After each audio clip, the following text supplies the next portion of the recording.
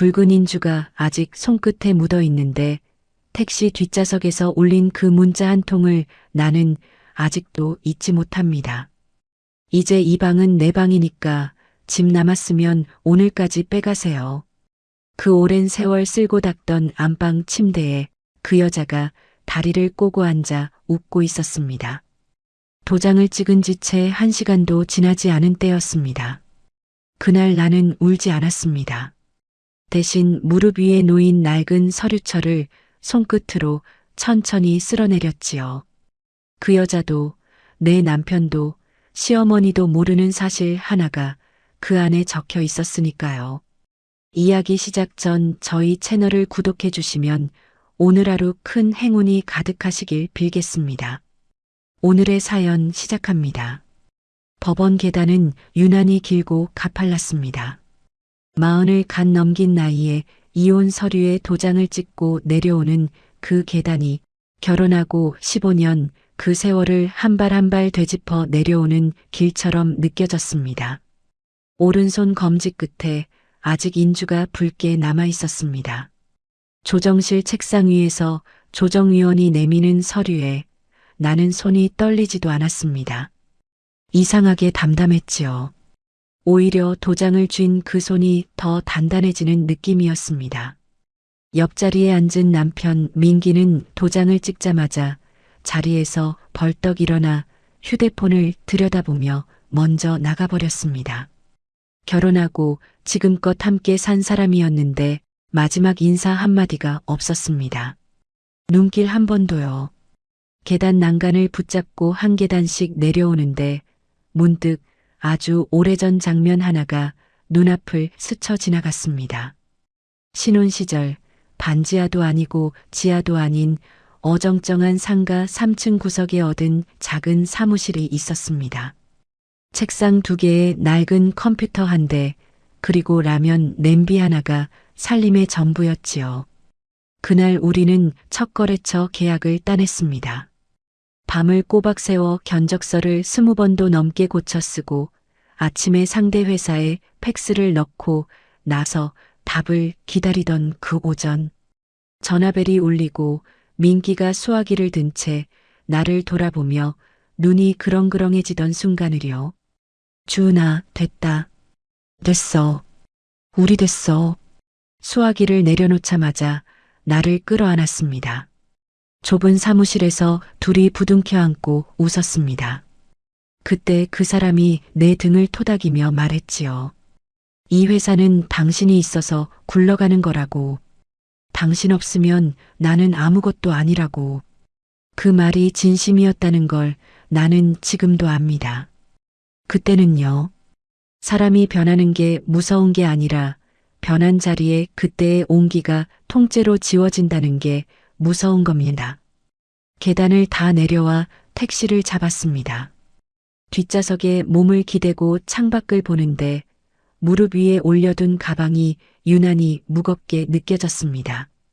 그 안에는 낡은 서류철 하나가 들어 있었습니다. 이혼을 마음먹은 지난 몇 달 동안 나는 아무에게도 말하지 않고 조용히 서류를 챙겼습니다. 회사 설립 당시의 서류, 사택임대 계약서 사본, 오래된 투자 관련 문서들.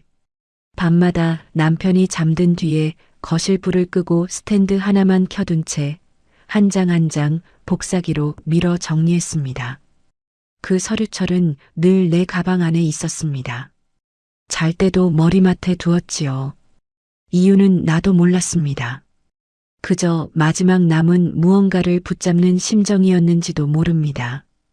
택시가 큰 길로 접어들 무렵 휴대폰이 짧게 울렸습니다. 사진 한 장이 도착해 있었습니다. 화면을 켜는 순간 나는 숨이 멎는 줄 알았습니다. 우리 집 안방이었습니다. 내가 새벽마다 이불을 개고 걸레질을 하고 남편 와이셔츠를 다려 옷장에 걸어두던 그 당. 그 침대 위에 소라가 앉아 있었습니다. 다리를 꼬고 한 손으로 턱을 괜 채 카메라를 향해 배시시 웃고 있었습니다. 화장대 위에는 벌써 낯선 화장품들이 줄지어 놓여 있었고요. 사진 아래에는 문자 한 줄이 붙어 있었습니다. 사모님, 이제 이 방은 내 방이에요.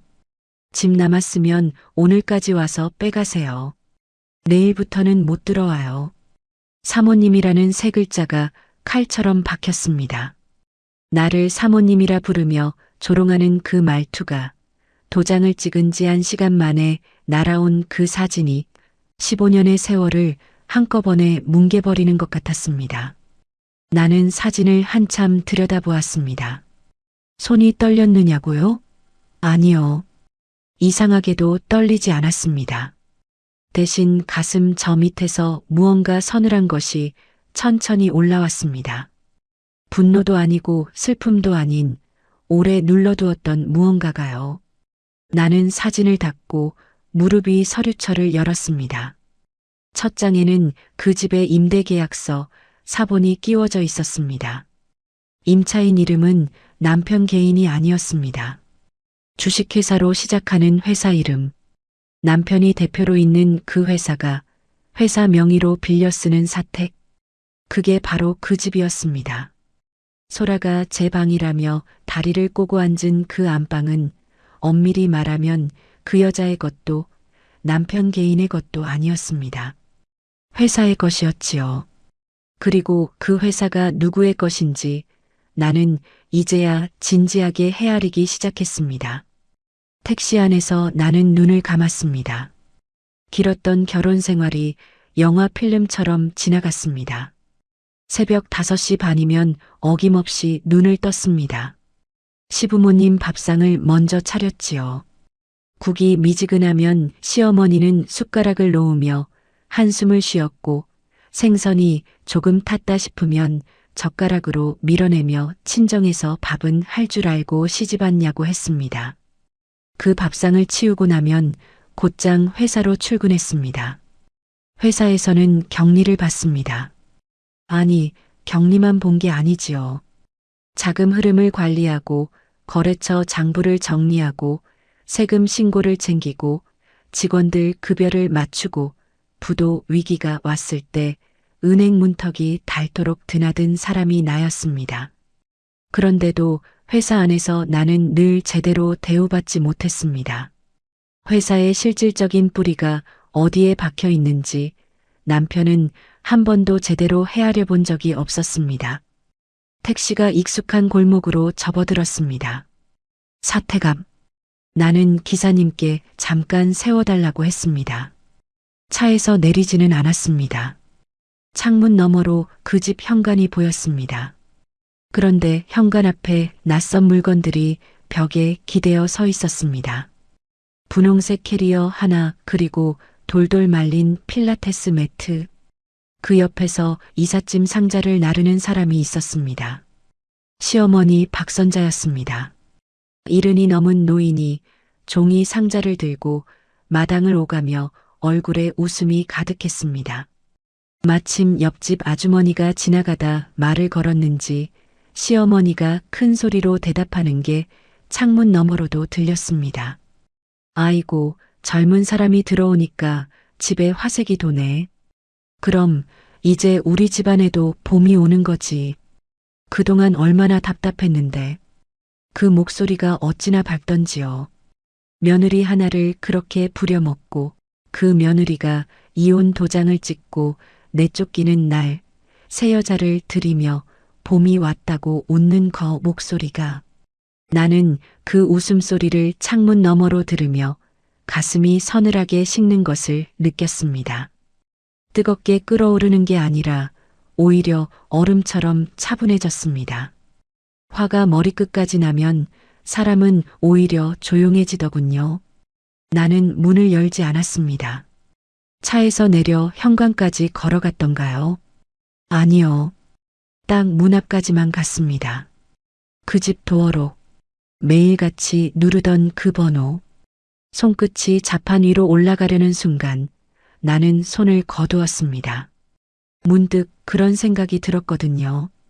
이 문을 열고 들어가서 소리를 지르고 그 여자 멱살을 잡고 시어머니와 삿대질을 하며 싸운들 무엇이 달라질까? 그건 저 사람들이 바라는 그림일 뿐이었습니다. 며느리가 미쳐 날뛰다 제풀에 쫓겨나는 그림. 나는 그 그림 속에 들어가고 싶지 않았습니다. 대신 나는 뒤돌아섰습니다. 그리고 다시 택시에 올라 기사님께 그냥 가자고 했습니다.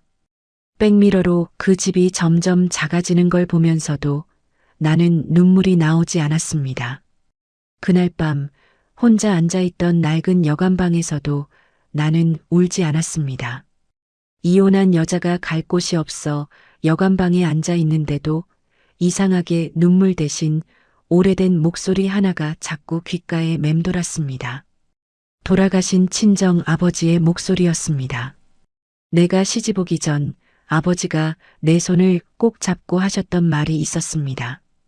그때는 그저 늙은 아버지의 걱정 어린 잔소리로만 들렸던 말이었지요. 주은아, 살다가 정말 곤란한 일이 생기거든 혼자 끙끙 앓지 말고 이 아비가 남긴 사람을 찾아가거라. 내 편이 되어줄 사람이 반드시 하나는 있을 게다.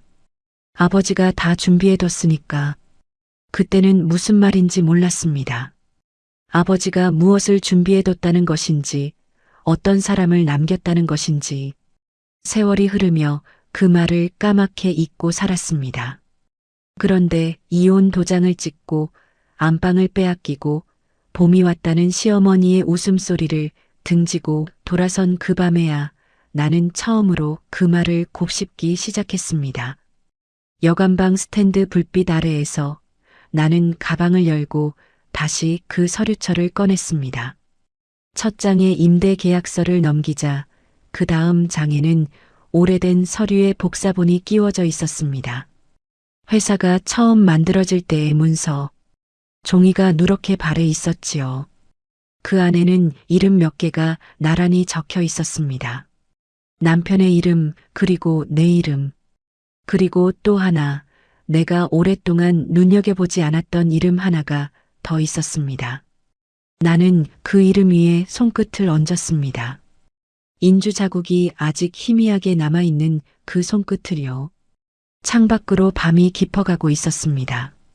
나는 서류철을 덮으며 아주 오랜만에 내 이름 석자를 소리내어 불러보았습니다. 이주은. 나는 처음으로 그 이름이 낯설지 않게 느껴졌습니다. 그리고 조용히 결심했지요. 내가 지켜온 그 회사가 이제는 나를 지켜줄 마지막 근거가 될 거라고. 대신 저들이 결코 예상하지 못한 방식으로 내가 있던 자리가 어떤 자리였는지 똑똑히 보여주겠다고요. 그날 밤 나는 서류철을 다시 가방 깊숙이 넣고 불을 껐습니다. 어둠 속에서 눈을 감으며 이건 끝이 아니라는 생각이 들었습니다. 이혼했으면 회사 근처에 얼씬거리지도 마. 조용히 물러나. 며느리 주제의 회사가 내 거라도 되는 줄 알아? 시어머니의 그 전화 목소리가 지금도 귀에 쟁쟁합니다. 지금껏 그 회사의 통장과 장부를 손에 쥐고 살아온 게 나였는데 그들은 내가 그저 잔소리나 하는 성가신 아내인 줄로만 알았습니다. 하지만 나는 알고 있었습니다. 그 회사가 정말로 누구의 손 위에 세워져 있는지를요. 지금부터 그날 이후의 이야기를 이어가겠습니다. 이혼 도장을 찍은 다음 날 나는 평소처럼 회사에 출근했습니다. 이상하게 들릴지도 모르겠습니다. 이혼한 여자가 전 남편 회사에 무슨 낯으로 나가느냐고요. 하지만 나는 아직 인수인계도 하지 않은 상태였습니다. 무엇보다 나는 그 회사에 볼 일이 남아 있었습니다. 매일 앉던 그 책상에 앉아 마지막으로 확인해야 할 것들이 있었으니까요. 그런데 사무실 문을 열고 들어서는 순간 공기가 달랐습니다. 직원들이 나를 보고 흠칫 눈을 피했습니다. 늘 사모님, 안녕하세요 하고 밝게 인사하던 경리부 막내조차 고개를 푹 숙였지요. 내 책상 위에는 종이 한 장이 놓여 있었습니다. 인수인계 메모였습니다. 내가 맡고 있던 업무를 다른 직원에게 넘기라는 내용. 항목별로 빼곡하게 적혀 있었습니다. 자금 관리, 거래처, 장부, 세금 관련 서류, 급여 정산까지 내 손에서 나온 그 일들을 하룻밤 사이에 남의 것으로 만들어버린 종이 한 장이었습니다. 메모를 손에 든 채 서 있는데 경리부 막내가 조심스레 다가왔습니다. 나보다 30살은 어린 아이였습니다. 목소리를 잔뜩 낮추더군요. 사모님, 저 대표님이 어제 저녁에 지시하셨어요. 사모님 자리 정리하고 업무 다 넘겨받으라고요. 죄송해요. 제가 이런 말씀 드려서. 괜찮아. 네가 죄송할 게 뭐 있니? 나는 그 아이의 어깨를 가볍게 두드려 주었습니다. 정말 괜찮았습니다. 화가 나지 않았느냐고요? 화는 났지요. 그런데 화보다 먼저 든 생각은, 아, 이 사람이 정말 나를 이 정도로밖에 안 봤구나 하는 서늘함이었습니다. 15년을 함께 산 아내를 도장 찍은 다음 날 종이 한 장으로 치워버릴 수 있는 사람. 그게 내가 사랑했던 그 사람이 변해버린 모습이었습니다. 책상 앞에 앉아 메모를 내려놓는데 다시 그 오래된 사무실이 떠올랐습니다. 상가 3층, 라면 냄비 하나 놓인 그 좁은 방. 회사가 자리 잡기 전 우리는 정말 아무것도 없었습니다. 점심값이 아까워 라면 하나를 둘이 나눠 먹던 시절이 있었지요. 냄비 하나에 젓가락 2개. 남편은 국물을 나한테 더 밀어주며 이 회사는 당신이 있어서 굴러가는 거라고 했습니다. 그 말을 얼마나 많이 들었는지 모릅니다. 그런데 통장에 돈이 쌓이기 시작하면서 그 말은 어느 순간 사라졌습니다. 대신 다른 말들이 그 자리를 채웠지요. 당신은 왜 매사에 그렇게 잔소리야? 장부나 보던 사람이 뭘 안다고 나서. 당신 시대는 지났어. 요즘 세상이 어떤 세상인데. 나는 어느새 성가신 잔소리꾼이 되어 있었습니다. 시대에 뒤처진 사람. 회사가 커지는데 방해만 되는 사람. 남편의 눈에 나는 그렇게 비쳤던 겁니다.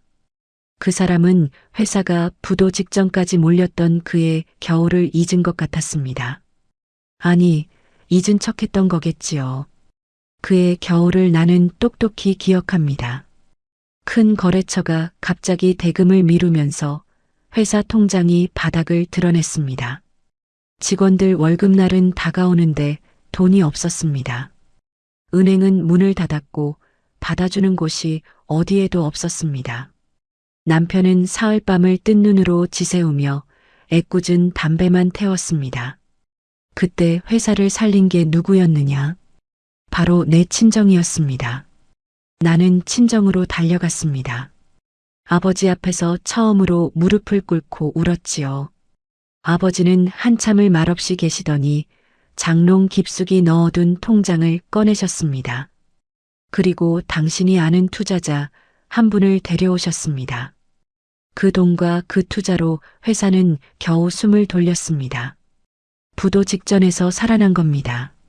그런데 남편은 그 돈으로 살아난 회사를 거래처와 직원들 앞에서 마치 자기 혼자 맨손으로 일으킨 것처럼 떠들고 다녔습니다. 우리 회사가 제일 어려울 때 내가 여기저기 뛰어다니면서 다 막았지. 밤낮 없이 발로 뛰어서 살린 거야. 거래처 사장들 앞에서 그렇게 무용담을 늘어놓을 때마다 나는 옆에서 웃으며 술을 따랐습니다. 아무 말도 하지 않았지요. 그 돈이 어디서 나왔는지, 누가 무릎 꿇고 울며 빌려온 돈인지 나는 입 밖에 내지 않았습니다. 남편의 체면을 세워주는 게 아내의 도리라고 생각했으니까요. 그런데 그 침묵이 지금 와서 보니 내 발등을 찍은 도끼였습니다.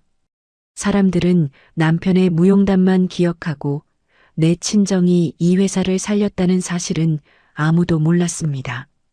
심지어 시어머니는 한술 더 떠서 친정 돈이 들어온 사실조차 우리 아들이 제 능력으로 다 막았다고 소문을 내고 다녔지요. 점심시간이 되었습니다. 나는 탕비실에 물을 마시러 갔습니다. 문이 살짝 열려 있었는데 안쪽에서 낯익은 목소리가 들렸습니다. 남편이었습니다. 그리고 소라였습니다. 나는 문 앞에서 걸음을 멈췄습니다. 자기야, 조금만 참아. 회사도 집도 곧 정리되면 다 우리 거야. 그 여자 집만 마저 빼면 돼. 남편의 목소리였습니다. 나긋나긋하고 다정했습니다. 나한테는 한 번도 그런 목소리로 말한 적이 없는 사람이었습니다. 소라가 뭐라고 대답하며 까르르 웃는 소리가 이어졌습니다. 나는 물컵을 들려던 손을 그대로 내렸습니다. 심장이 쿵 내려앉는데 이상하게도 눈물은 나지 않았습니다. 회사도 집도 다 우리 거라는 그 말이 오히려 내 정신을 번쩍 들게 했습니다. 다 너희 거라고? 정말 그럴까? 나는 조용히 탕비실 앞을 떠났습니다. 그날 오후 시어머니에게서 전화가 왔습니다. 받자마자 다짜고짜 언성부터 높이시더군요. 야, 이주은이. 너 아직도 회사 나가냐? 이혼했으면 회사 근처에 얼씬거리지도 마. 조용히 물러나. 창피하지도 않니? 이혼한 여자가 전 남편 회사에 나가는 게. 어머니, 제가 아직 인수인계도. 인수인계는 무슨. 너 같은 거 없어도 회사 잘 돌아가. 너 하나 있으나 없으나 티도 안 나는 사람이었어. 이 회사가 내 거라도 되는 줄 알아? 어림도 없는 소리 하지 말고 얌전히 꺼져. 전화가 뚝 끊겼습니다. 나는 휴대폰을 손에 쥔 채 한참을 서 있었습니다. 며느리 주제에 그동안 귀에 딱지가 않도록 들은 말이었습니다. 처음엔 아팠고 나중엔 무뎌졌고 그날은 이상하게도 서늘하게 정신이 맑아지는 말이 되었습니다. 회사가 내 거냐고요. 어머니, 그건 두고 보시면 압니다. 나는 속으로만 그렇게 대답했습니다. 퇴근 후 나는 친정 오빠를 만났습니다. 오빠는 아버지가 돌아가신 뒤로 친정 살림을 지켜온 사람이었습니다. 조용히 살아온 사람이라 별 힘은 없었지만 아버지가 남긴 것들을 성실하게 보관해온 사람이었지요. 오빠는 나를 보자마자 얼굴이 어두워졌습니다. 주은아, 정말 도장 찍은 거냐? 아이고, 아버지가 살아계셨으면. 오빠, 나 부탁이 하나 있어. 내가 사본은 챙겨뒀는데 아버지가 회사 처음 만들 때 오빠한테 맡겨둔 원본 서류가 따로 있지? 주주 명부하고 투자 계약서. 오빠는 잠시 나를 물끄러미 보더니 아무것도 묻지 않고 고개를 끄덕였습니다. 그리고 며칠 뒤 낡은 서류 봉투 하나를 건네주었습니다. 그 안에는 회사 설립 당시의 주주 명부와 아버지가 투자자와 맺은 계약서 사본이 들어 있었습니다. 나는 그 자리에서 명부를 펼쳤습니다. 명부에는 이름 3개가 나란히 적혀 있었습니다. 첫째는 남편 민기, 둘째는 나 이주은, 그리고 셋째, 여관방에서 눈여겨보았던 바로 그 이름, 아버지가 데려온 투자자였습니다. 그런데 이번에 내 눈길을 사로잡은 건 사본에서는 흐릿해 지나쳤던 각자의 지분 옆 숫자들이었습니다. 남편이 가진 몫이 회사에서 제일 큰 줄로만 알았는데 명부를 찬찬히 들여다보니 그게 아니었습니다. 내 몫과 돌아가신 아버지가 남긴 몫과 그리고 그 투자자의 몫. 이 3개를 합치면 나는 손끝으로 숫자들을 하나하나 짚어보았습니다. 심장이 서서히 빠르게 뛰기 시작했습니다. 오빠, 이 투자자분 지금 어디 계신지 알아? 오빠는 잠시 기억을 더듬더니 아버지 장례식 때 마지막으로 뵈었다고 했습니다. 연락처는 오래돼서 남아있을지 모르겠다고요. 하지만 아버지가 생전에 이분 이야기를 특별히 하셨던 게 기억난다고 했습니다. 아버지가 그러셨어. 이분은 그냥 돈만 대준 사람이 아니라 나중에 주은이 곤란해지면 힘이 되어줄 사람이라고. 그때는 무슨 말인지 몰랐는데 나는 봉투를 가슴에 꼭 끌어안았습니다. 아버지가 시집가는 나에게 남긴 그 말. 정말 곤란한 일이 생기거든 이 아비가 남긴 사람을 찾아가거라. 이제야 그 말의 무게가 온전히 손에 잡혔습니다. 아버지는 알고 계셨던 겁니다. 언젠가 내가 이 회사에서, 이 집안에서 밀려나는 날이 올지도 모른다는 거요. 그래서 미리 마지막 안전장치 하나를 딸의 등 뒤에 심어두고 가신 거였습니다. 집으로, 아니 여관방으로 돌아오는 길이었습니다. 나는 버스 창가에 앉아 그 명부를 다시 꺼내보았습니다.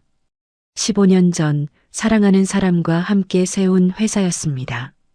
그 회사가 이제는 나를 밀어내는 칼이 되어 돌아오고 있었습니다. 그런데 참 이상하지요.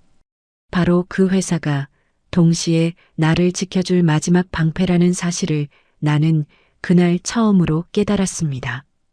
버스 유리창에 내 얼굴이 비쳤습니다. 새벽마다 밥상을 차리느라 늙어버린 얼굴.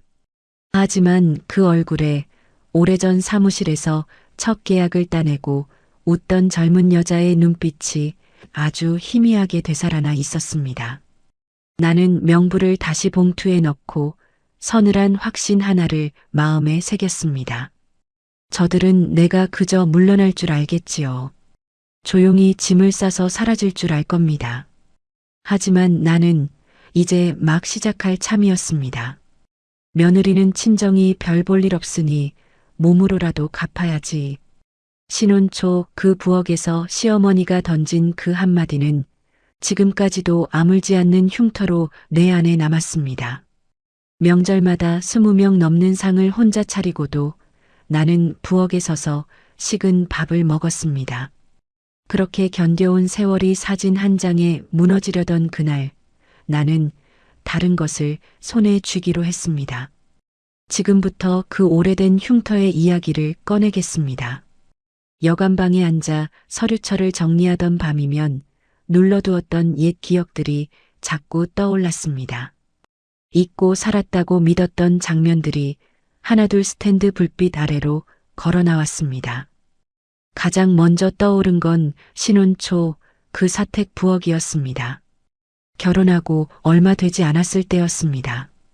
시어머니가 부엌에 들어와 내가 설거지하는 뒷모습을 한참 보시더니 팔짱을 낀 채 이렇게 말씀하셨지요. 너희 친정이 뭐 대단한 집안도 아니고 가져온 것도 변변찮으니 몸으로라도 갚아야 하지 않겠니?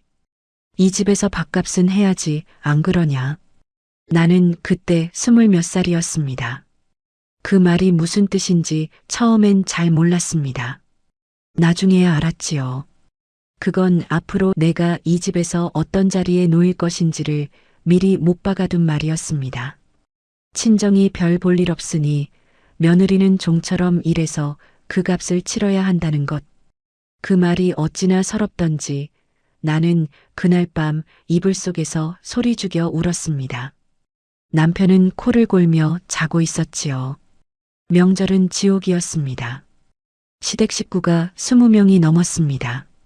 큰 집, 작은 집, 고모네, 삼촌네까지 다 모이면 상을 몇 개씩 붙여야 했지요. 그 많은 사람의 밥상을 전이며 나물이며 국이며 고기까지 나는 거의 혼자 차렸습니다.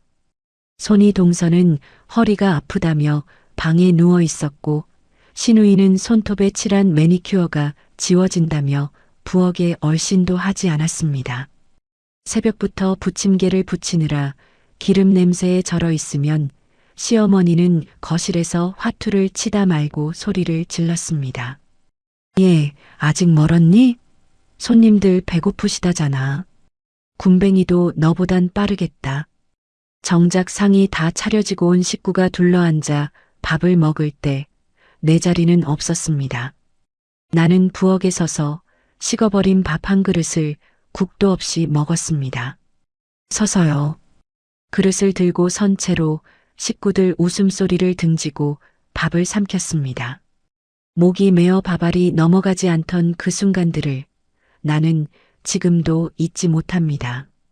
시어머니는 손이 동서 앞에서 늘 나를 깎아내렸습니다. 우리 큰며느리는 친정이 좋아서 배운 것도 많고 사람이 반듯한데 얘는 영 그렇지가 못해. 친정에서 뭘 배웠는지 눈치도 없고 말기도 어둡고 내가 얘 가르치느라 아주 속이 다 썩는다.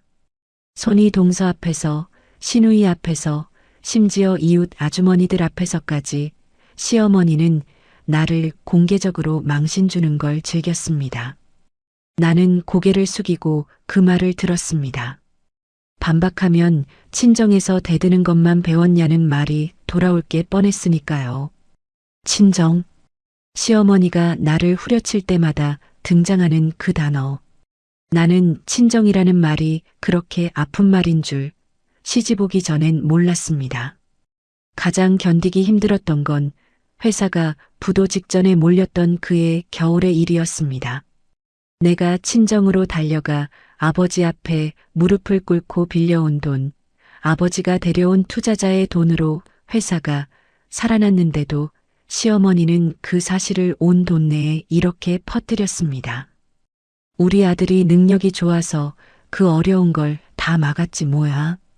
아이고, 내 아들이 아니었으면 회사 벌써 망했어. 그 며느리가 뭘 했겠어. 밥이나 축냈지. 나는 그 소문을 이웃 아주머니를 통해 전해 들었습니다. 친정이 살려낸 회사를 시어머니는 친정의 공을 지워버리고 아들의 무용담으로 둔갑시켰습니다. 그때 나는 처음으로 이 집안에서 내 자리가 얼마나 얄팍한 것인지를 뼈저리게 느꼈습니다. 아무리 헌신해도 그 헌신은 기록되지 않았습니다. 아무리 지켜내도 그 공은 다른 사람의 것이 되었습니다. 나는 그저 이 집안의 그림자였습니다. 그러면서도 나는 회사의 뒷단을 홀로 지탱했습니다. 장부를 정리하고 세금을 챙기고 거래처에 명절 선물을 돌리고 급여일이 밀리지 않게 통장 잔고를 맞추고 부가의 신고 기간이면 며칠씩 밤을 새웠습니다. 그 모든 일이 조용했기 때문에 아무도 그게 얼마나 큰일인지 몰랐습니다. 아이는 끝내 갖지 못했습니다. 그게 내 인생에서 가장 깊은 흉터였습니다. 시어머니는 그것마저 나를 후려치는 도구로 썼습니다. 친정 내력이 그런가 보다라고요.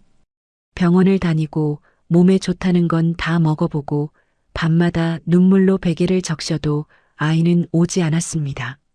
나는 그 세월을 아무에게도 털어놓지 못하고 혼자 삼켰습니다. 남편은 언제부턴가 그 이야기를 꺼내지도 않았고 시어머니는 틈만 나면 그 상처를 후벼 팠습니다. 지나고 보니 어쩌면 남편이 소라 같은 여자에게 마음을 준 것도 그 무렵부터였는지 모릅니다. 하지만 그건 내 잘못이 아니었습니다. 나는 그걸 아주 오랜 시간이 지나서야 겨우 받아들였습니다. 그러던 어느 밤이었습니다. 이혼 이야기가 오가기 시작하던 무렵 나는 야근을 마치고 사택으로 돌아왔습니다. 아직 그 집에서 지낼 때였지요. 안방 문을 열었는데 낯선 광경이 눈에 들어왔습니다. 내 화장대 위에 내 것이 아닌 화장품들이 늘어서 있었습니다. 향수병, 립스틱, 낯선 브랜드의 크림들, 소라의 것이었습니다. 나는 그 자리에 얼어붙었습니다. 아직 이혼 도장도 찍지 않았는데 그 여자의 물건이 내 화장대를 차지하고 있었습니다. 그때 시어머니가 방으로 들어왔습니다. 나를 보더니 눈 하나 깜짝하지 않고 말했습니다. 아, 그거? 이제 그 방은 젊은 사람 방이 될 거니까 너는 손대지 마라. 내 물건은 저기 상자에 좀 담아뒀으니 챙겨서 나가고. 방 한 구석에 종이 상자 몇 개가 놓여 있었습니다. 나는 상자 안을 들여다보았습니다. 급한 대로 아무렇게나 쓸어 담은 물건들이었습니다. 그 안에는 우리 결혼사진 몇 장이 아무렇게나 뒤집혀 있었고 아이를 못 가진 세월 동안 내가 하나씩 모아둔 것들이 뒤섞여 있었습니다.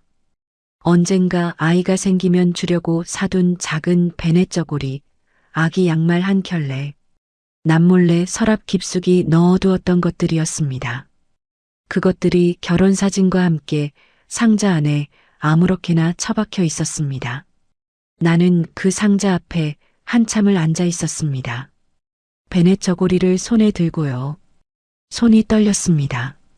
이 집에서 살아온 사람의 인생이 종이 상자 몇 개에 아무렇게나 담겨 방구석으로 밀려나 있었습니다. 시어머니는 그런 나를 내려다보며 혀를 찼습니다. 뭘 그렇게 넋을 놓고 앉아 있어. 어차피 나갈 거 미련 두지 말고 얼른 챙겨. 나는 그때 결심했습니다. 눈물이 나오려는 걸 꾹 참았습니다. 만약 그 자리에서 울었다면 나는 그저 밀려나는 며느리로 끝났을 겁니다. 나는 베넷 저고리를 상자 안에 다시 곱게 넣고 상자들을 하나씩 들어 밖으로 옮겼습니다. 시어머니는 팔짱을 낀 채 나를 지켜보기만 했습니다. 짐을 다 내놓고 잠시 대문 앞에 선 나는 지갑을 열었습니다. 그 안에는 며칠 전 받아둔 명함 한 장이 들어 있었습니다. 변호사 사무실 명함이었습니다. 나는 그 명함을 손에 쥐고 한참을 바라보았습니다. 그리고 조용히 발걸음을 돌렸습니다. 멀어지는 그 집을 돌아보면서 나는 소리내어 혼잣말을 했습니다. 두고 보세요, 어머니. 누가 이 집의 그림자였는지. 그날 이후 내 밤은 달라졌습니다. 여간방으로 옮긴 뒤에도 나는 매일 밤 회사에서 몰래 복사해둔 서류들을 정리했습니다. 낮에는 회사에 나가 인수인계를 하는 척하면서 필요한 장부 원본과 전표들을 하나하나 눈에 담았습니다. 저녁이면 그것들을 복사해 서류철에 정리했지요. 주주 명부를 펼쳐놓고 남편의 몫과 내 몫, 아버지가 남긴 몫, 그리고 그 투자자의 몫을 계산기로 두드려 보았습니다. 몇 번을 계산해도 답은 같았습니다. 나에게 유리한 답이었습니다. 밤이 깊어질수록 손끝은 차가워졌지만 마음은 오히려 뜨거워졌습니다. 그동안 참아온 것들이 이제 하나의 방향으로 모이고 있었습니다. 나는 더 이상 부엌에 서서 식은 밥을 먹는 며느리가 아니었습니다. 상자에 처박혀 방구석으로 밀려나는 사람이 아니었습니다. 나는 서류를 정리하는 사람이었고 숫자를 읽는 사람이었고 이 회사의 진짜 뿌리가 어디 있는지 아는 유일한 사람이었습니다. 어느 밤 나는 베넷 저고리를 다시 꺼내 보았습니다. 끝내 입혀보지 못한 그 작은 옷. 나는 그걸 서류철 맨 뒤에 조용히 끼워 넣었습니다. 이유는 나도 잘 모르겠습니다. 어쩌면 이 싸움이 단순히 회사와 돈을 위한 게 아니라 지워진 내 세월 전부를 위한 것이라는 걸 그 옷이 말해주는 것 같아서였는지도요. 나는 스탠드 불을 껐습니다. 어둠 속에서 눈을 감으며 오래된 흉터들을 하나하나 어루만졌습니다. 이 흉터들이 이제는 나를 무너뜨리는 게 아니라 나를 일으켜 세우는 힘이 될 거라고 나는 그렇게 믿기로 했습니다. 그리고 그 밤 나는 처음으로 깊은 잠에 들었습니다.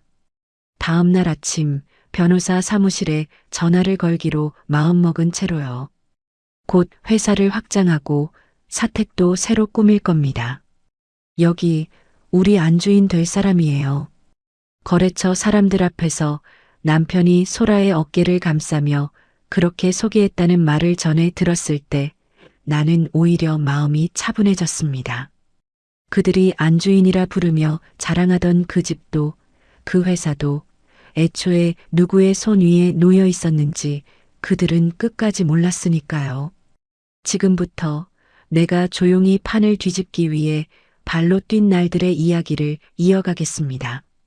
이혼 도장을 찍고 소라가 안방에서 보낸 그 사진은 며칠이 지나도록 내 휴대폰 속에 그대로 남아 있었습니다. 지우지 않았습니다. 지울 수가 없었지요. 볼 때마다 가슴이 저릿했지만 나는 일부러 그 사진을 지우지 않고 두었습니다. 그건 나에게 채찍 같은 것이었습니다. 마음이 약해지려 할 때마다, 참아야 하나 하는 생각이 들 때마다 그 사진을 열어보았습니다. 다리를 꼬고 앉아 웃는 그 얼굴, 사모님, 이제 이 방은 내 방이에요라는 그 문자. 그걸 보면 다시 마음이 서늘하게 단단해졌습니다. 소라는 거기서 멈추지 않았습니다. 며칠 뒤 나는 우연히 그 여자의 SNS를 보게 되었습니다. 집 거실 사진이 올라와 있었습니다. 내가 걸레질하던 그 마룻바닥, 내가 고른 커튼, 내가 하나씩 사모은 그릇들이 놓인 장식장. 그 위에 이런 문구가 적혀 있었습니다. 사장님이랑 새 출발하는 우리 집. 앞으로 예쁘게 꾸며나갈 거예요. 다들 축하해 주세요. 그리고 하트 이모티콘이 잔뜩 붙어 있었습니다. 우리 집. 나는 그 세 글자를 한참 들여다보았습니다. 그 집이 회사 명의의 사택이라는 사실을 이 여자는 알까? 아마 몰랐을 겁니다. 남편도 굳이 말해주지 않았겠지요. 그저 사장의 여자가 되면 그 집과 그 회사가 통째로 제 것이 되는 줄 알았을 겁니다. 나는 그 SNS 화면을 조용히 캡처해 두었습니다. 언젠가 쓸 때가 있을지도 모른다는 생각이 들었거든요. 시어머니는 시어머니대로 신이 나 있었습니다. 동네 아주머니들을 만날 때마다 사택 앞에서 큰 소리로 자랑을 하고 다녔습니다. 아이고, 그 답답한 며느리 드디어 내보냈어. 이번에 들어온 세 사람은 아주 참하고 젊고 얼마나 싹싹한지 몰라. 우리 아들이 사람 보는 눈이 있다니까. 진작 이랬어야 했는데. 그 말이 옆집 아주머니를 통해 내 귀에까지 들어왔습니다. 며느리를 내보내고 새 여자를 들인 걸 마치 좋은 물건으로 바꾼 것처럼 자랑하는 그 목소리. 나는 그 말을 전해 듣고도 화를 내지 않았습니다. 그저 조용히 고개를 끄덕였습니다. 마음껏 자랑하세요, 어머니. 그 자랑이 얼마나 오래 갈지 나는 이미 알고 있었으니까요. 남편은 거래처 모임에서 소라를 데리고 다니기 시작했습니다. 내가 명절마다 선물을 돌리고 대금이 밀리면 사정을 하고 급할 때 술을 따르며 관계를 다져온 그 거래처들이었습니다. 그런 자리에 남편은 소라를 데려가 안주인처럼 소개했다고 합니다. 그 자리에 있던 오래된 거래처 사장 한 분이 나중에 나에게 조심스레 귀띔해 주었습니다. 사모님 아니, 이제 이렇게 부르면 안 되나요? 어쨌든 그 자리에서 대표님이 그러시더라고요. 곧 회사도 크게 확장하고 사택도 새로 꾸밀 거라고. 그러면서 그 젊은 여자분을 안주인 될 사람이라고 소개하시는데 제가 다 민망하더라고요. 사모님이 그동안 우리한테 얼마나 잘해주셨는데. 나는 그 말을 들으며 씁쓸하게 웃었습니다. 회사를 확장한다고요. 그 회사가 진짜 누구 것인지도 모르면서요. 나는 그 자리에 초대받지 못했습니다. 지금껏 지탱해온 사람이 밀려나고 들어온 지 몇 달 되지도 않은 여자가 안주인 행세를 하는 자리. 하지만 나는 그 자리에 가지 못한 걸 서러워하지 않았습니다. 대신 다른 곳에 있었으니까요. 회사 창고에서요. 그 무렵 나는 회사 창고에 자주 드나들었습니다. 인수인계를 마무리한다는 명목이었습니다. 창고 안쪽 캐비닛에는 내가 관리해온 장부 원본들이 연도별로 정리되어 있었습니다. 아무도 그 캐비닛을 열어보지 않았습니다. 열어봐도 그 숫자들을 읽어낼 사람이 나 말고는 없었으니까요. 나는 그 장부들을 하나씩 꺼내 먼지를 털고 필요한 것들을 조용히 복사했습니다. 그러던 어느 날이었습니다. 최근 몇 달치 전표를 정리하다가 나는 이상한 것을 발견했습니다. 회사 자금이 빠져나간 내역인데 어디로 갔는지 명확하지 않은 것들이었습니다. 거래처 대금도 아니고 급여도 아니고 세금도 아닌 돈. 액수도 적지 않았습니다. 나는 전표들을 하나하나 대조해 보았습니다. 그리고 그 돈이 어디로 흘러갔는지 알아냈습니다. 남편이었습니다. 회사 자금을 개인 용도로 빼돌린 흔적이었습니다. 명목은 이런저런 경비로 잡혀 있었지만 실제로는 개인 계좌로 흘러들어간 돈이었습니다. 소라에게 사준 것들, 두 사람이 쓴 돈, 그리고 어딘가로 옮겨둔 돈. 나는 그 전표들을 손에 쥐고 한동안 움직이지 못했습니다. 화가 나서가 아니었습니다. 오히려 마음이 아주 고요해졌습니다. 장부를 보아온 사람의 직감으로 나는 알았습니다. 이건 결정적인 증거라는 걸요. 나는 그 전표들을 따로 복사했습니다. 원본은 그대로 캐비닛에 두고 복사본은 서류철에 끼워 안전한 곳에 보관했습니다. 여관방 옷장 깊숙이 아무도 손대지 못할 곳에요. 그날 밤 나는 서류철을 정리하며 생각했습니다. 남편은 회사가 제 것이라 믿고 마음대로 돈을 빼돌렸겠지요. 하지만 그 회사가 정말 제 것이 아니라는 걸 알게 되는 날, 이 전표들은 그 사람을 겨누는 칼이 될 겁니다. 이제 남은 건 하나였습니다. 아버지가 남긴 그 사람을 찾는 일이었습니다. 나는 주주명부를 다시 펼쳤습니다. 명부에 이름이 남아있던 그 투자자. 아버지가 회사를 살릴 때 데려왔던 분.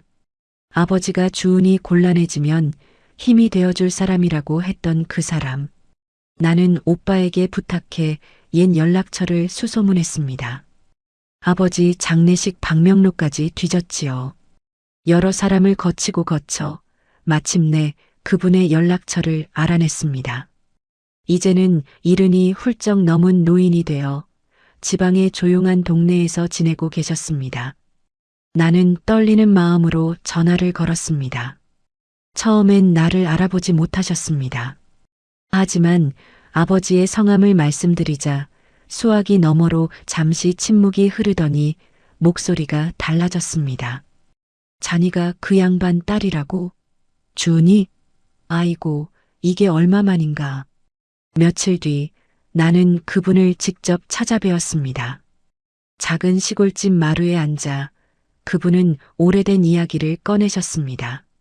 아버지와 젊은 시절부터 알고 지낸 사이였다고요.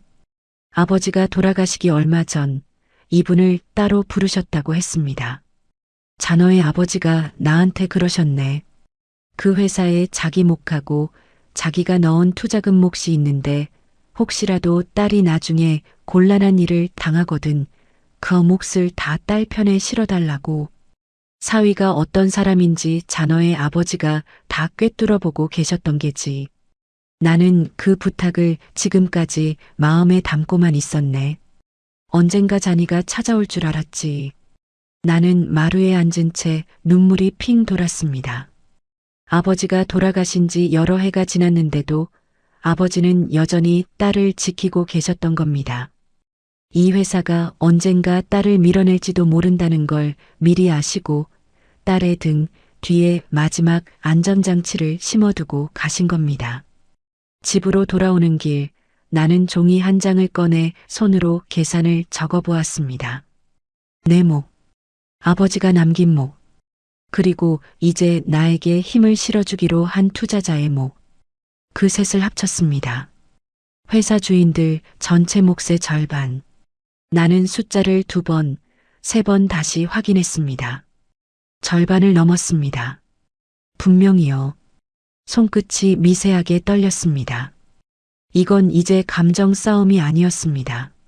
며느리의 하소연도 버림받은 아내의 눈물도 아니었습니다. 숫자였습니다. 명확한 숫자. 저들이 결코 뒤집을 수 없는 숫자였습니다. 그날 저녁 여관방으로 돌아온 나는 창밖을 오래 바라보았습니다. 멀리 사택이 있는 동네 쪽으로 불빛들이 반짝이고 있었습니다. 그 불빛 어딘가에서 남편과 소라는 우리 집이라며 웃고 있겠지요. 시어머니는 새 며느리 들였다고 동네방네 자랑하고 있겠지요.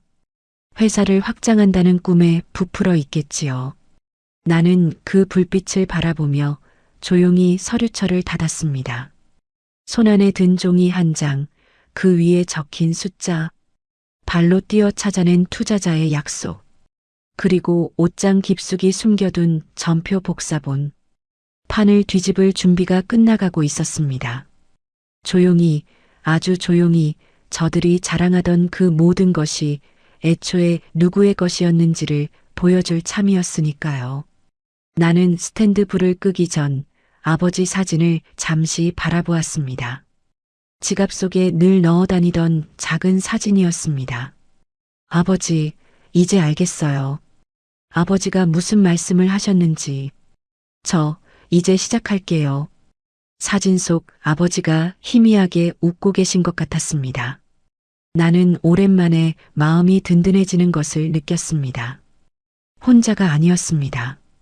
돌아가신 아버지가, 그리고 아버지가 남긴 사람이 내 등 뒤에 서 있었습니다.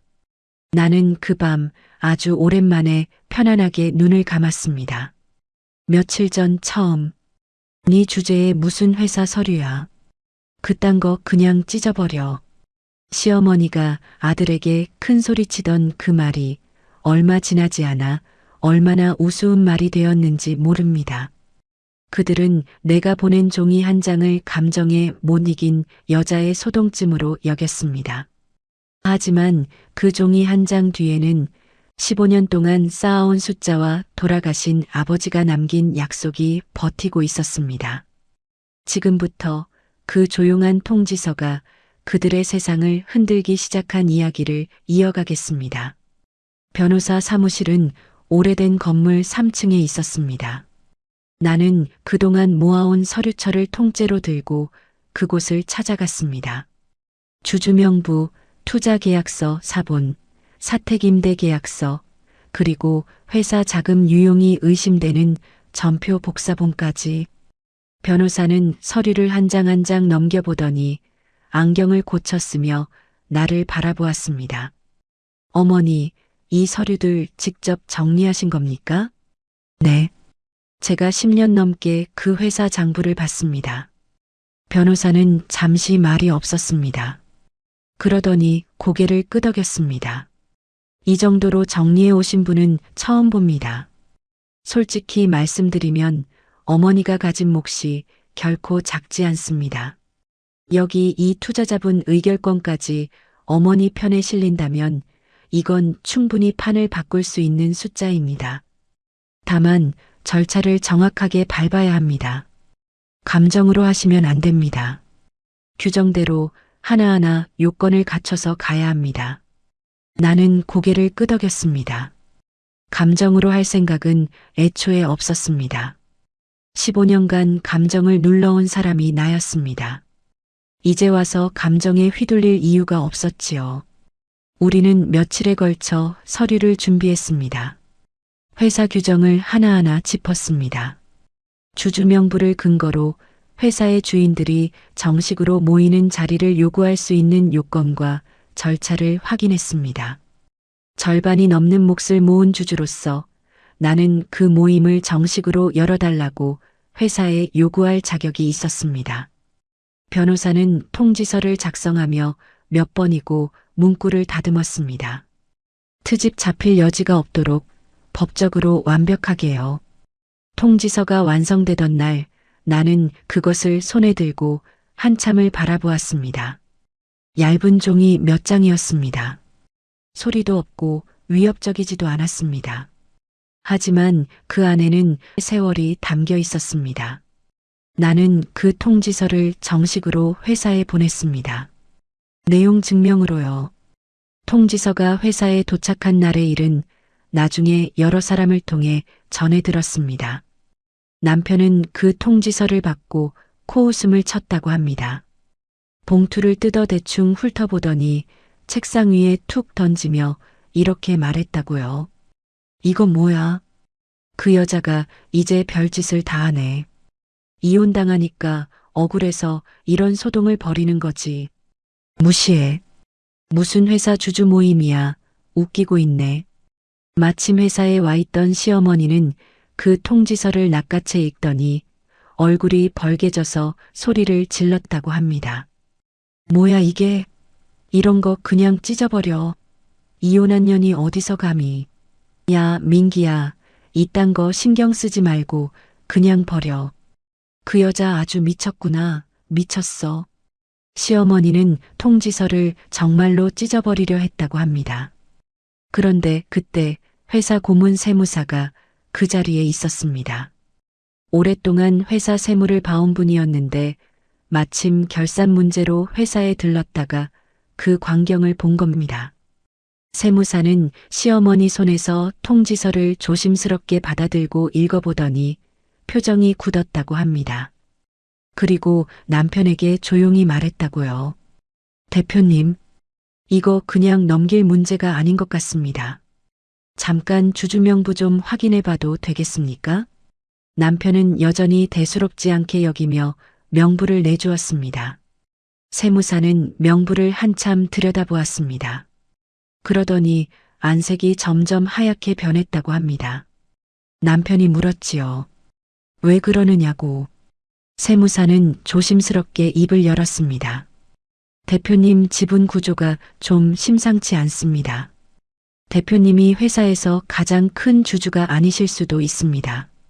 이 명부대로라면 사모님 아니 전 사모님 쪽 몫하고 여기 이 투자자분 몫을 합치면 남편은 그제야 직접 명부를 들여다보았습니다. 그동안 한 번도 제대로 들여다본 적이 없던 그 명부를요. 자기 몫이 회사에서 제일 큰 줄로만 알았던 사람이 처음으로 숫자를 마주한 겁니다. 남편의 얼굴이 하얗게 질렸다고 합니다. 손이 떨렸다고요. 회사가 온전히 제 것이라 믿고 아내를 종이 한 장으로 치워버리고 자금을 마음대로 빼돌리고 새 여자를 안주인이라 소개하며 다닌 그 사람이 처음으로 발밑이 무너지는 걸 느낀 순간이었습니다. 그날 오후 나에게 전화가 왔습니다. 남편이었습니다. 목소리가 아침과는 완전히 달랐습니다. 낮고 조심스럽고 나긋나긋했습니다. 처음 듣는 목소리였습니다. 주은아, 우리 얘기 좀 하자. 그 통지서 말인데 우리가 그래도 20년을 산 사이인데 이렇게까지 할 거 있냐? 응? 내가 그동안 좀 무심했던 거 인정해. 우리 좋게 좋게 해결하자. 네가 원하는 거 있으면 말해. 위자료든 뭐든 내가 섭섭하지 않게 챙겨줄게. 나는 수화기를 귀에 댄 채 잠시 창밖을 바라보았습니다. 그동안 저 목소리를 얼마나 듣고 싶었던지요. 나를 존중하는 목소리, 나를 필요로 하는 목소리. 그런데 이제 와서 들으니 아무 감흥이 없었습니다. 이건 나를 향한 목소리가 아니었으니까요. 무너지는 제 자리를 지키려는 목소리였을 뿐입니다. 위자료요. 나는 담담하게 대답했습니다. 이혼 조정 때 다 정리하지 않았나요? 이제 와서 무슨 위자료 얘기예요. 아니, 그게 아니라 주은아, 내 말은. 그리고요. 나는 잠시 뜸을 들였다가 아주 조용히 말했습니다.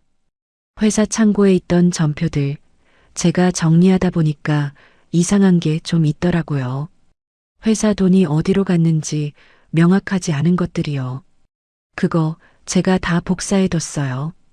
그 얘기는 모임에서 하죠. 그럼 그날 뵐게요.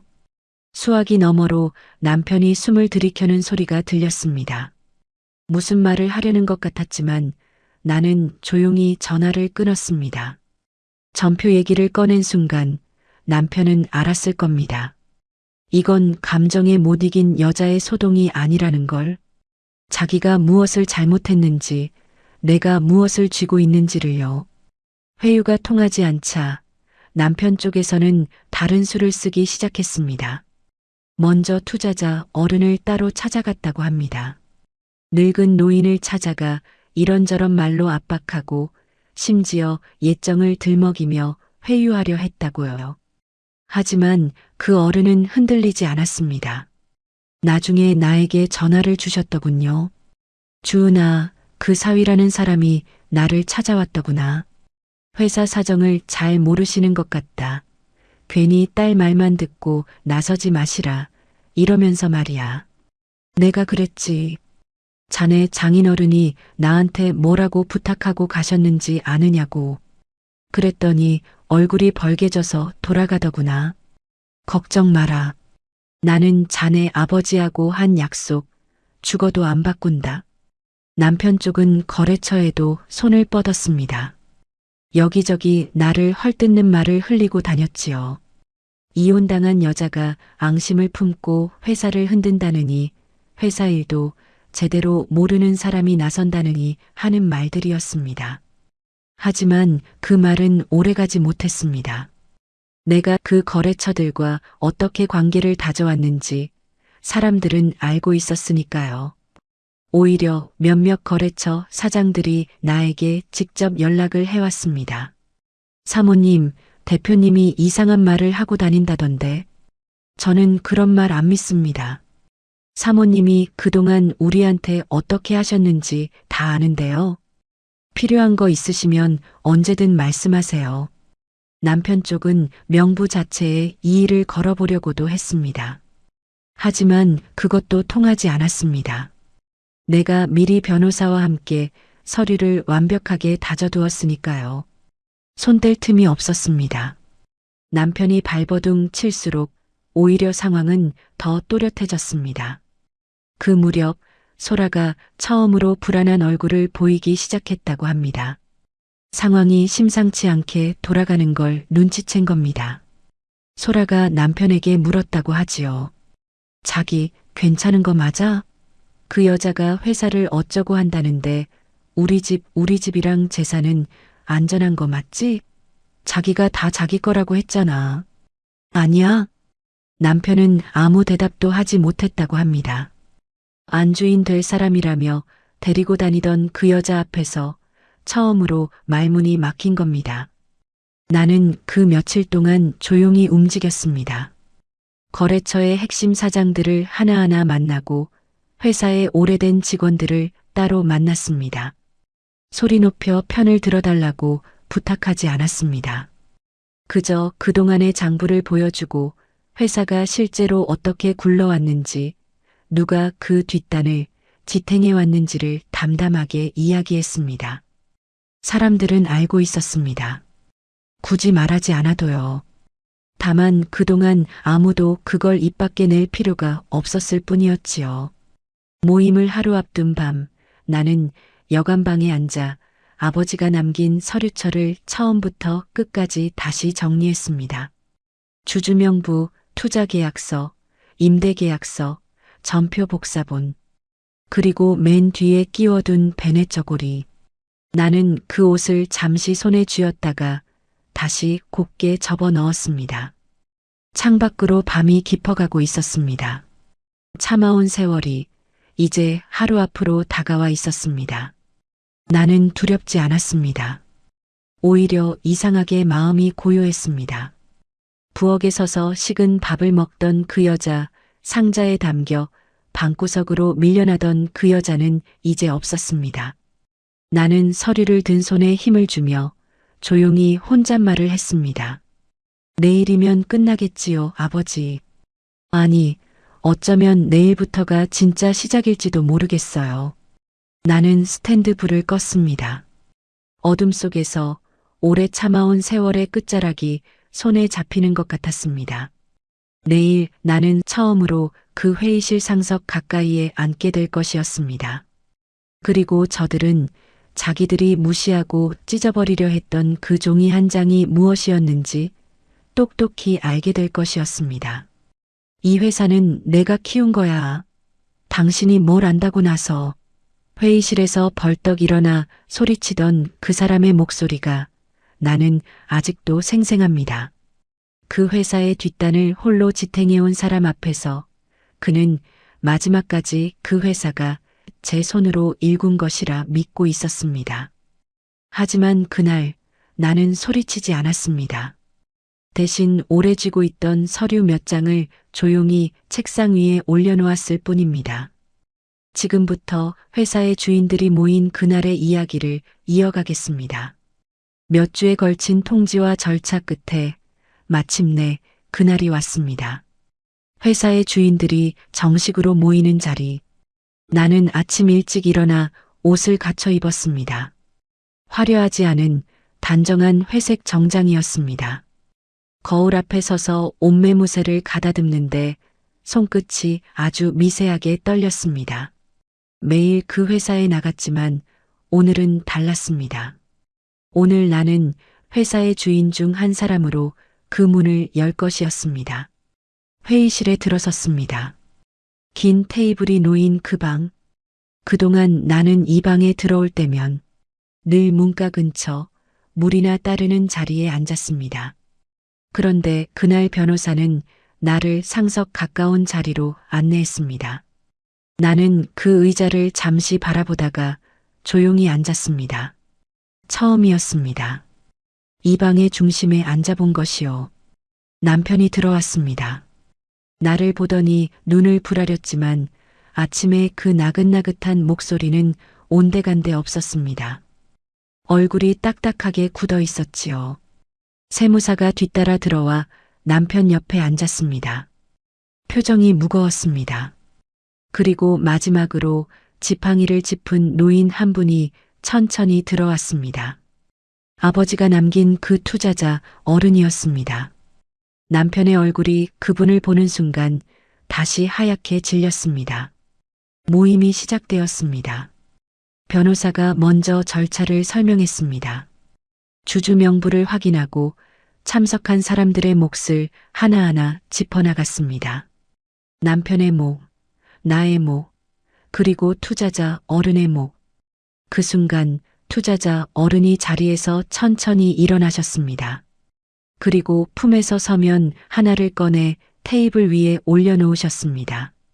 내 몫에 대한 의결권을 여기 이주은 씨에게 위임하겠소.